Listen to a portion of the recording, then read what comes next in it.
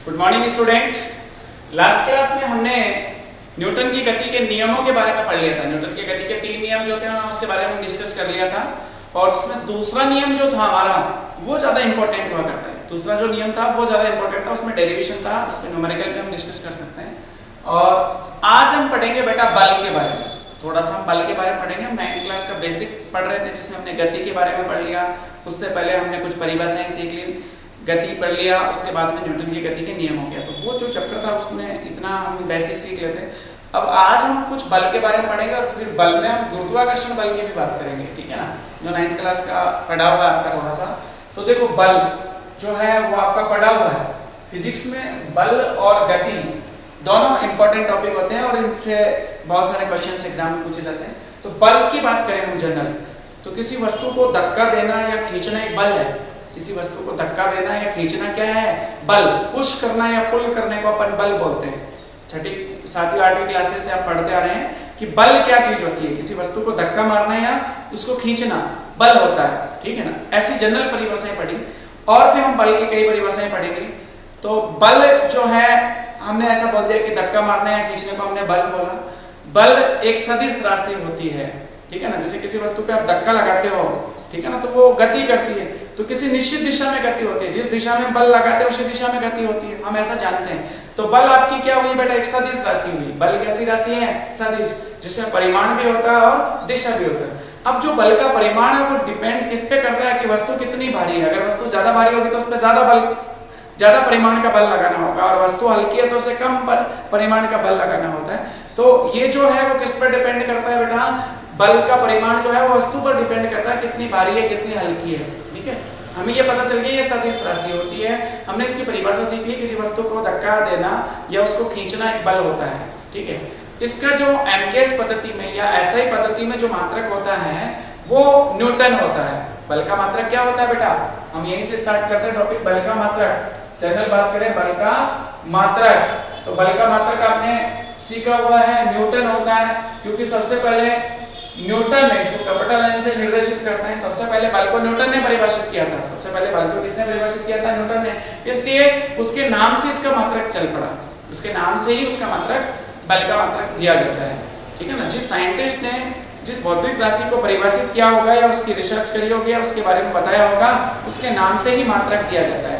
जैसे कार्य को सबसे ज्यादा या सबसे पहले आर्क जो साइंटिस्ट था उसने परिभाषित किया था, इसलिए कार्य का मात्रक आपको जो है वो आर्क होता है।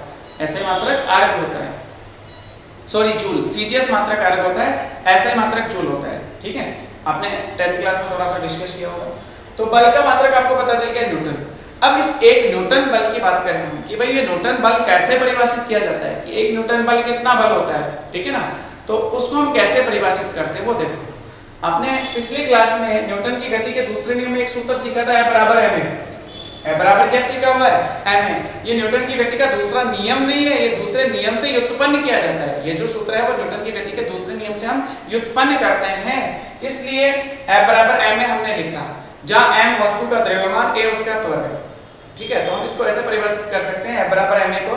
अगर किसी m द्रव्यमान की वस्तु पर हम कोई बल लगाते हैं तो उसमें त्वरण उत्पन्न होता है। वो जब गति करती है तो उसमें त्वरण a उत्पन्न होता है, तो a बराबर F/m भी हम लिखते हैं। अगर मैं इस हिसाब से इस सूत्र से बल का मात्रक पूछूं आपसे, जिसे हम व्युत्पन्न मात्रक पढ़ेंगे और हम उसको आगे चैप्टर में भी पढ़ेंगे। m का मात्रक जो है वो द्रव्यमान का मात्रक होता है, वो किलोग्राम होता है, और a जो है त्वरण, उसका मात्रक होता है मीटर पर second square, metre small m प्रति सेकंड स्क्वायर। त्वरण को मात्रक को हम लिखते हैं मीटर प्रति सेकंड स्क्वायर। त्वरण का सूत्र था वेग बटा समय, वेग का मात्रक मीटर प्रति सेकंड और उसमें समय का भाग देंगे सेकंड का, तो मीटर प्रति सेकंड स्क्वायर त्वरण का मात्रक हो गया। किलोग्राम द्रव्यमान का मात्रक हो गया, m का मात्रक। अब देखो 1 न्यूटन कैसे लिखा जाएगा?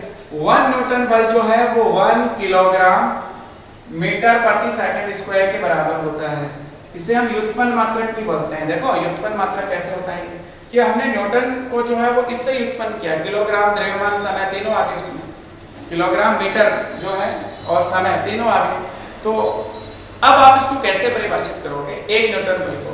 अगर आपके पास 1 किलोग्राम की कोई वस्तु है, 1 किलोग्राम द्रव्यमान वाली वस्तु पर 1 न्यूटन बल लगाने से उसमें 1 मीटर प्रति सेकंड स्क्वायर का त्वरण उत्पन्न होता है, ठीक है ना। जनरल बात करें 1 न्यूटन की तो हम ऐसे बोल सकते हैं यदि 1 किलोग्राम द्रव्यमान की वस्तु 1 मीटर प्रति सेकंड स्क्वायर के त्वरण से त्वरित है, गतिशील है, तो उस पर आरोपित बल का मान 1 न्यूटन होता है। उस पर आरोपित बल का मान कितना होता है बेटा? 1 न्यूटन। तो आपको 1 न्यूटन की परिभाषा क्लियर होगी कि 1 न्यूटन बल कितना होता है। जनरल हम इस फॉर्मूले से डिफाइन कर सकते हैं, ठीक है। ये जो मात्रक लिखा आपने 1 न्यूटन, जिसको हम ऐसे ही उत्पन्न करते हैं, ये आपका ऐसा ही मात्रक या सीजीएस मात्रक होता है। कौन सा मात्रक होता है? ऐसा ही मात्रक या सीजीएस मात्रक। हम मात्रक के प्रकार पढ़ेंगे, सॉरी एमकेएस मात्रक, एमकेएस मात्रक होता है। अब हम बात करें सीजीएस मात्रक, इसकी बात करें सीजीएस मात्रक की। तो सीजीएस सिस्टम में सीजीएस का फुल फॉर्म होता है सेंटीमीटर ग्राम सेकंड। अगर हम लंबाई को सेंटीमीटर में मापें, द्रव्यमान को ग्राम में मापें और समय को सेकंड में मापें, तो सीजीएस मात्रक जो है, ये पद्धति जो है वो सीजीएस पद्धति कहलाती है। द्रव्यमान को हम ग्राम में, लंबाई को सेंटीमीटर में और समय को सेकंड में मापें, ठीक है। तो अगर मैं इस न्यूटन को सीजीएस पद्धति में लिखना चाहूं, तो बल का जो सीजीएस मात्रक होता है, बल का सीजीएस मात्रक, बल का सीजीएस मात्रक वो डाइन होता है। वो क्या होता है? डाइन, जिसको dy से निर्देशित करते हैं। डाइन को किससे निर्देशित करते हैं? dy से। इसको हम कैसे परिभाषित करेंगे, कैसे लिखेंगे? तो आप इस ये जो व्युत्पन्न मात्रक है इसको सीजीएस में बदल लो, मतलब किलोग्राम को ग्राम में बदल लो, मीटर को सेंटीमीटर में बदल लो, समय सेकंड में ही रहेगा। तो 1 न्यूटन जो है वो किसके बराबर होगा? 1 किलोग्राम में ग्राम कितना हुआ? 1000 ग्राम। 1 मीटर में सेंटीमीटर 100 सेंटीमीटर प्रति सेकंड स्क्वायर।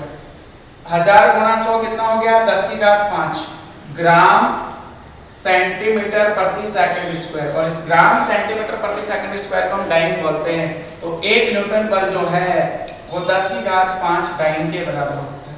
आप डाइन वो वाली बात समझ लेना, ठीक है ना। ये डाइन साइंटिस्ट का नाम था।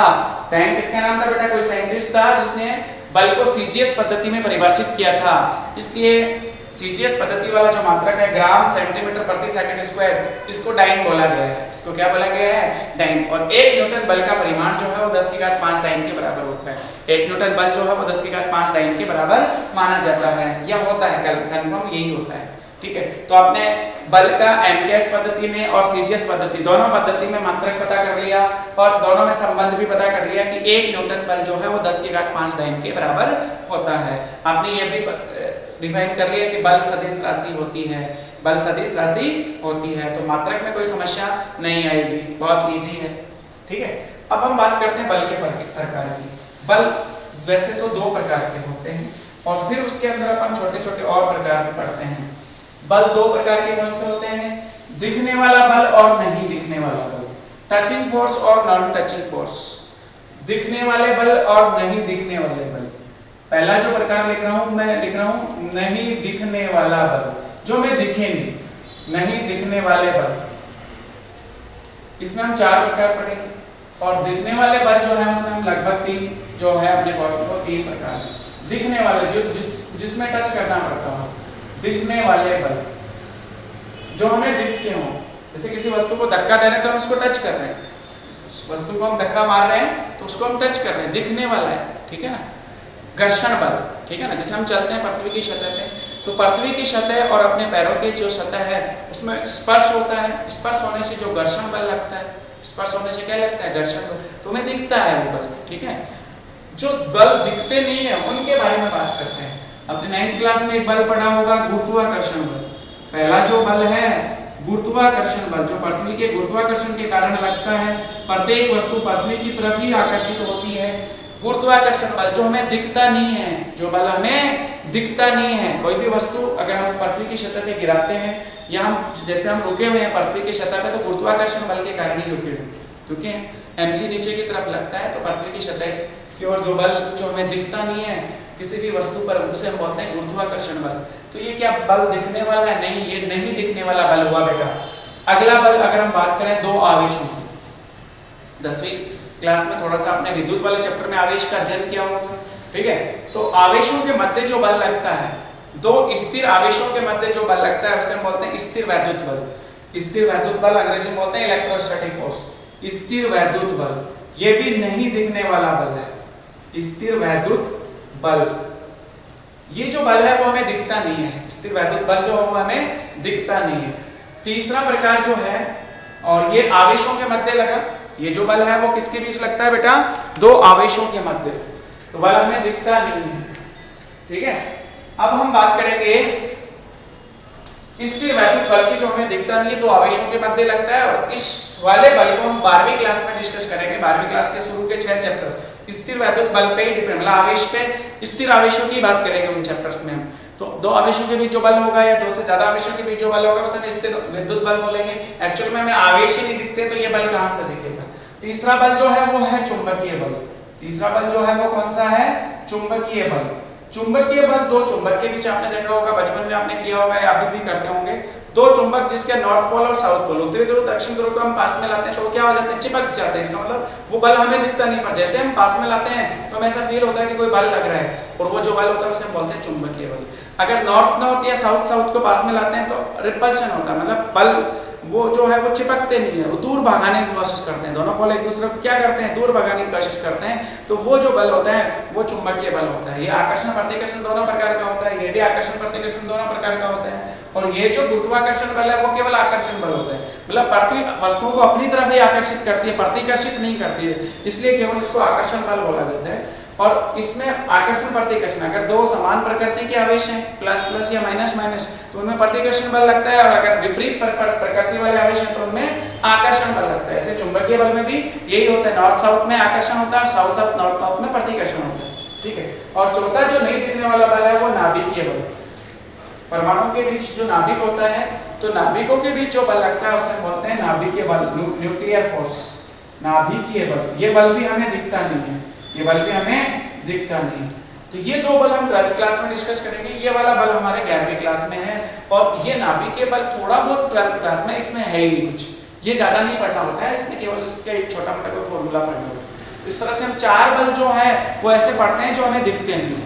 ठीक है ना, तो बल के 4 प्रकार तो ये होंगे जो हमें नहीं दिखने वाले बल में। अब दिखने वाले बल में हम सबसे पहले बात करें तो वो हुआ घर्षण बल। घर्षण बल आपको समझाने की जरूरत नहीं है, 11वीं क्लास में पूरा डिटेल से हम पढ़ेंगे। घर्षण बल दो वस्तुओं के संपर्क में आने से लगता है। ठीक है, जनरल। ऐसे हम बात करेंगे तनाव बल की। हम किसकी बात करेंगे, तनाव बल की, टेंशन फोर्स।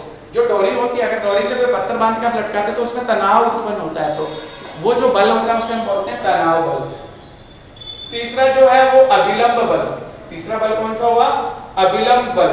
अभिलंब बल जो है वो हमें दिखता है, जैसे कोई वस्तु किसी सतह पे रखी हुई है, जैसे मान लो ये चौक मेरे हाथ पे रखा हुआ है, इसका मतलब ये चौक रखा हुआ है, नीचे क्यों नहीं जा रहा, क्योंकि ये चौक जितना mg मेरी सतह पे लगा रहा है, मेरे हथेली पे लगा रहा है mg नीचे की ओर, ये सतह जो है मेरी हथेली की जो सतह है उतना ही बल इस चौक पे ऊपर की ओर लगाती है। इसलिए ऊपर की ओर जो सतह बल लगाती है, या दो सतहों के संपर्क में आने से जो बल लगते हैं, हमेशा तल के लंबवत लगता है। हम इसको डिस्कस करेंगे, अपने है ये वाला बल, ये तीनों बल अपन 11वीं क्लास में ही पढ़ेंगे। तो उसे हम बोलते हैं अभिलंब बल। दो सतहों के संपर्क में आने से लगता है और सतह एक दूसरे के लंबवत लगाती है बल। ठीक है, इसे हम अभिलंब बल बोलते हैं, नॉर्मल फोर्स। ठीक है, तो ये हम 11वीं क्लास में पूरा डिस्कस करेंगे। तो आज हमने बल के प्रकार भी डिस्कस कर लिए, बल की परिभाषा, बल का मात्रक सब सीख लिया, जनरल बेसिक चीज थी जो हमें आनी चाहिए। अब हम थोड़ा सा गुरुत्वाकर्षण बल, जो आपने 9वीं क्लास में थोड़ा सा सीखा हुआ चैप्टर, ग्रेविटेशनल फोर्स वाला चैप्टर था आपकी, गुरुत्वाकर्षण का एक चैप्टर हुआ करता था 9th क्लास में, आपने बेसिक पढ़ा होगा। तो उसके अंदर क्या क्या था बेटा, देखो बहुत इजी था वो चैप्टर, था वो बहुत आसान था। ठीक है, बेसिक था तो आपको पूरा आना चाहिए।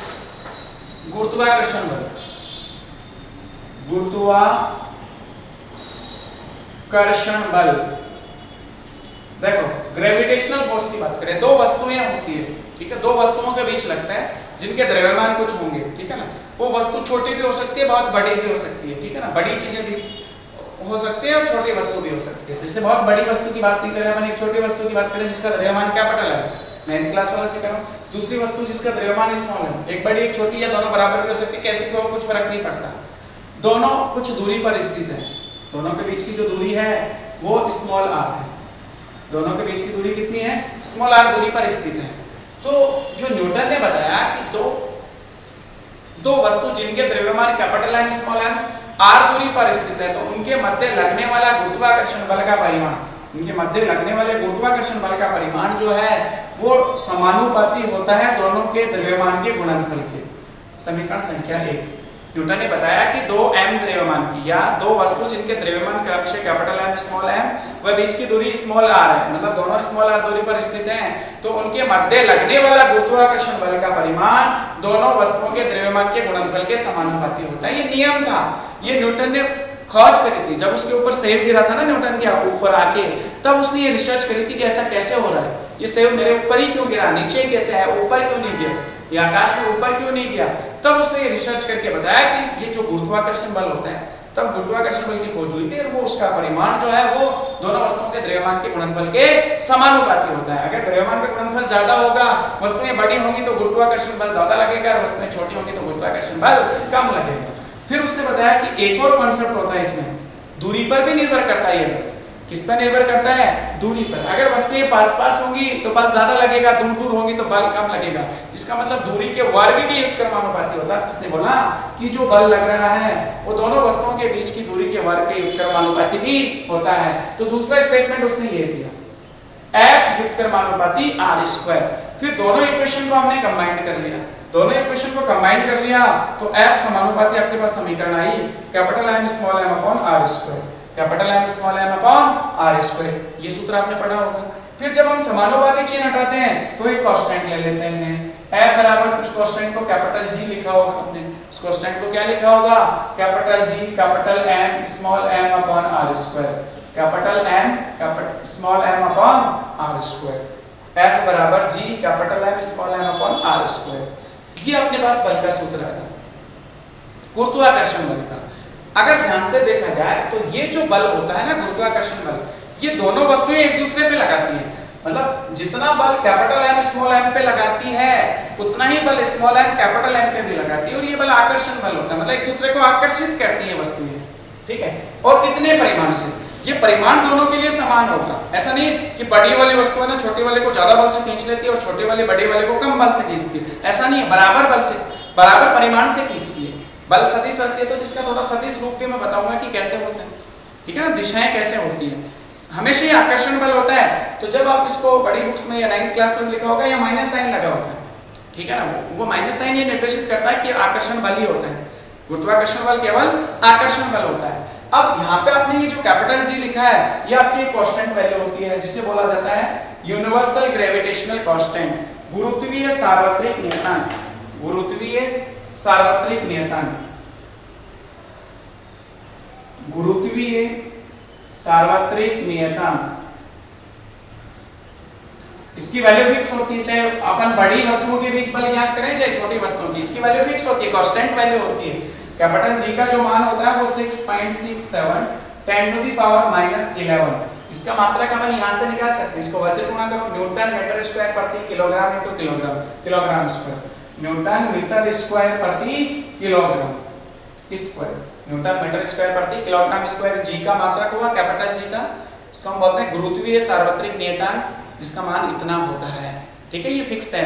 चाहे आप बड़ी वस्तुओं के बीच बात करो, चाहे पृथ्वी और चंद्रमा के बीच बल की बात हो, चाहे दो छोटी छोटी वस्तुओं के बीच की बात हो, पृथ्वी पर स्थित दो छोटी वस्तुओं के बीच की बात हो, ये बल लगता है। जैसे हम क्लास में बैठे हैं ना बेटा, तो हम एक दूसरे पे गुरुत्वाकर्षण बल लगा रहे हैं। एक चीज ये समझना है कि जैसे मान लो मैं हूँ और आप लोग क्लास में 50 बच्चे बैठे हो, ठीक है ना, तो आप मेरे पे सब बल, मेरे को सब खींच रहे हो, सब अलग अलग गुरुत्वाकर्षण बल से। जो मेरे पास में वो ज्यादा बल से खींच रहा है, जो थोड़ा दूर है वो कम बल से खींच रहा है, जिसका द्रव्यमान ज्यादा है वो थोड़ा ज्यादा बल से खींच रहा है, जिसका द्रव्यमान कम है वो कम बल से खींच रहा है। ठीक है, तो सब मेरे ऊपर बल लगा रहे हो, और कौन सा बल लगा रहे हो? आकर्षण। सब मेरे को खींच कर, मैं भी उतने ही बल से सबको खींच रहा हूँ, मैं भी उतने ही बल से सबको अट्रैक्ट कर रहा हूँ, आकर्षण बल। ठीक है ना, तो दिशा होती है बल की, बल की दिशा होती है। जैसे मैं दो पिंडों की बात करूँ, इसी केस में बात करें कि अगर मैं बोलूं कि ये वस्तु फर्स्ट है, ये वस्तु सेकंड है, पहली वस्तु पर दूसरी वस्तु किधर बल लगाएगी, कौन सी दिशा में बल लगाएगी? पहली वस्तु को दूसरी वस्तु अपनी तरफ खींचेगी, ये लो खींच ली। पहली वस्तु पर दूसरी वस्तु के कारण बल को लिखा जाता है F12, force on one due to two. पहली वस्तु पर दूसरी के कारण बल F12 किधर लगा? दूसरी की तरफ, दूसरे ने पहले को अपनी तरफ खींच लिया था ना, सदिश लगा दो इसके ऊपर, तो F12 की 1 पर 2 के कारण बल जो है उसकी दिशा इधर है। ऐसे ही 2 पर 1 के कारण बल निकालना हो तो 2 को 1 अपनी तरफ खींच लेगी, भाई वो क्यों छोड़ेगी, वो भी तो खींचेगी, आकर्षण बल बिल्कुल खींच लेगी, उसको बोला जाता है F21। इसको क्या बोला जाता है? F21 सदिश। ध्यान से देखो, दोनों की दिशा विपरीत है, परिमाण समान है। दोनों की दिशा विपरीत है, परिमाण समान है, तो इसको देखो हम थोड़ा सा सदिश अभी तक हमने डिस्कस नहीं किया, पर 9th क्लास 10th क्लास में थोड़ा बहुत तो कहीं आया होगा। इसको हम ऐसे लिखते हैं F12 सदिश बराबर माइनस F21 सदिश। अगर दो सदिश राशियां या एक ही राशि है बल, दिशा विपरीत हो, परिमाण समान हो, कंडीशन क्या है? दिशा विपरीत परिमाण समान हो, तो उसको ऐसे लिखा जाता है F12 सदिश बराबर माइनस F21 सदिश। ये माइनस साइन ये बताता है कि दोनों का परिमाण समान है, दिशा विपरीत है। दोनों का परिमाण समान है, दिशा विपरीत है, ये माइनस साइन बताता है। ठीक है, तो अब हमें अगर परिमाण की बात करनी हो तो परिमाण को जनरली ऐसे लिखा जाता है बेटा, F1 सदिश का F12 सदिश का परिमाण बराबर F21 सदिश का परिमाण। परिमाण में माइनस नहीं लिखेंगे, परिमाण का मतलब मॉड के बाद राशि जो आएगी वो प्लस में आएगी, और उसको हम ऐसे लिखेंगे, और बिल्कुल वो यही होता है, परिमाण हमेशा इतना ही आएगा। F12 और F21 का जो परिमाण ज्ञात करोगे तो उसका मान इतना ही आएगा। क्लियर होगी मेरी बात? अच्छे से क्लियर होगी बेटा, कोई डाउट नहीं होना चाहिए, बहुत इजी था कॉन्सेप्ट। ठीक है, तो परिमाण समान होती है, दिशा विपरीत होती है, तो थोड़ी सी दिशा की, बाकी डिटेल से तो हम बाद में बात करेंगे। ठीक है, अब अपन एक छोटा सा न्यूमेरिकल डिस्कस करते हैं कि ये जो बल होता है कैसे लगता है, क्या इसकी वैल्यूज होती है, कैसे हम डिफाइन करते हैं। 9th क्लास में अपने छोटे छोटे क्वेश्चन किए होंगे। मान लो आपके पास दो वस्तु है, एक का द्रव्यमान कैपिटल M 10 kg, दूसरी का द्रव्यमान 5 kg, स्मॉल m का मान 5 kg, और बीच की दूरी मैंने मान ली r बराबर 10 सेंटीमीटर। बीच की दूरी कितनी मान ली? 10 सेंटीमीटर। आपके पास बल का सूत्र ये रहा, आपसे पूछा गुरुत्वाकर्षण बल ज्ञात करो दोनों के बीच, तो m बराबर सूत्र लिख दोगे G capital M small m r square, G capital M small m r square. G की वैल्यू ये 6.67 10 की घात -11 न्यूटन मीटर स्क्वायर प्रति किलोग्राम स्क्वायर। 6.67 10 की घात -11। कैपिटल M का मान 10 kg, स्मॉल m का मान 5 kg बटा r स्क्वायर, r का मान 10 सेंटीमीटर। क्या इसको मैं 10 सेंटीमीटर लिखूं या कुछ और लिखूंगा? सोच के देखो बेटा, सेंटीमीटर में लिखना है कि मीटर में लिखना है, सोच के देखो। अब हमेशा इस चीज का ध्यान रखना, जब भी आप फिजिक्स में या किसी भी सब्जेक्ट में न्यूमेरिकल सॉल्व करो तो आपके पास जो राशियां होती है वो एक ही पद्धति में होनी चाहिए, या तो MKS में हो सारी या CGS में। आप जनरल अभी दो की बात कर लो, मैं सारा पढ़ाऊंगा क्लास में। MKS का फुल फॉर्म होता है मीटर किलोग्राम सेकंड, मतलब जो भी भौतिक राशियां अगर लंबाई है तो मीटर में होनी चाहिए, द्रव्यमान है तो किलोग्राम में होना चाहिए, और समय है तो सेकंड में होना चाहिए। CGS का फुल फॉर्म होता है सेंटीमीटर ग्राम सेकंड, अगर लंबाई की बात करें तो सेंटीमीटर में, द्रव्यमान की बात करें तो ग्राम में, और समय की बात करें तो सेकंड में। क्लियर हो गया? अपने पास देखो द्रव्यमान किलोग्राम में है, ये जो कैपिटल G का मान रखा है वो भी देखो न्यूटन मीटर किलोग्राम, ये सब ऐसा ही पद्धति MKS पद्धति में ही है। और अगर बीच की दूरी की बात करें तो वो सेंटीमीटर में। तो अब आपको क्या करना होगा, सेंटीमीटर को मीटर में कन्वर्ट करना होगा, सेंटीमीटर को किस में कन्वर्ट करना होगा? मीटर में, क्योंकि सारी जो राशियां वो तो MKS में और एक राशि CGS में। तो मैं बता दूं फिजिक्स के 99% न्यूमेरिकल MKS पद्धति में ही सॉल्व किए हुए। फिजिक्स के 99% न्यूमेरिकल जो है बुक में आप कहीं भी चेक कर लेना, सब MKS में ही होते हैं। तो हम जो भी भौतिक राशियां दी हुई होती है हम सबको किस में बदलेंगे बेटा? MKS पद्धति में। तो हम 10 सेंटीमीटर को क्या लिखेंगे? मीटर में कन्वर्ट करेंगे। अब ये आपको अच्छे से आना चाहिए, मीटर सेंटीमीटर 100%। मैं क्या बता दूं, 50% बच्चे तो गलती करते हैं। आपको सबको पता है 1 मीटर में 100 सेंटीमीटर होता है। 1 मीटर में कितना होता है? 100 सेंटीमीटर। जब आपको 1 मीटर को सेंटीमीटर में बदलना हो तो 100 से गुणा कर लेते हो, 100 से गुणा कर लेते हो। और जब सेंटीमीटर की बात करें, 1 सेंटीमीटर का मीटर कितना होगा? तो इस 100 को आप अपॉन में ले आओ, 1/100 मीटर। इसका मतलब आपको क्या करना होता है, जब सेंटीमीटर को मीटर में बदलना होता है तो 100 का भाग दिया जाता है, डिवाइड। पर बच्चे जल्दबाजी में क्या करते हैं, 100 से और गुणा कर देते हैं। 1000 सेंटीमीटर, 1000 मीटर। जनरल सोचने वाली बात है, 10 सेंटीमीटर जो लंबाई है वो कितनी सी होती है? अगर मैं उसको 100 से गुणा कर दूंगा 1000 मीटर, कितनी होगी? 1000 मीटर का मतलब समझते हो? 1 किलोमीटर। पूरा ही गलत कर दिया आपने। तो जब भी आप सेंटीमीटर मीटर में बदलो तो 100 का डिवाइड करो। अब आपको पता चल गया 10 सेंटीमीटर में कितना मीटर होगा? 10/100। 10 सेंटीमीटर में r का मान 10 सेंटीमीटर है। अगर मैं इसको मीटर में बदलूंगा तो क्या लिखूंगा? 10/100 मीटर। एक जीरो कट के 1/, इसको 0.1 मीटर लिख सकता हूँ, 0.1 या 0.1 मीटर, 0.1 का होल स्क्वायर। और इसको हल कर लेना बाद, इसको आगे हल कर लेना, ठीक है ना? जो भी आंसर आएगा वो किसमें आएगा बेटा? न्यूटन। जो भी आंसर आएगा वो किसमें आएगा? न्यूटन में। इसको आप कंप्लीट हल करके देखना पूरा, ठीक है? चलो अगली क्लास में हम कुछ और डिस्कस करेंगे बेटा। Thank you.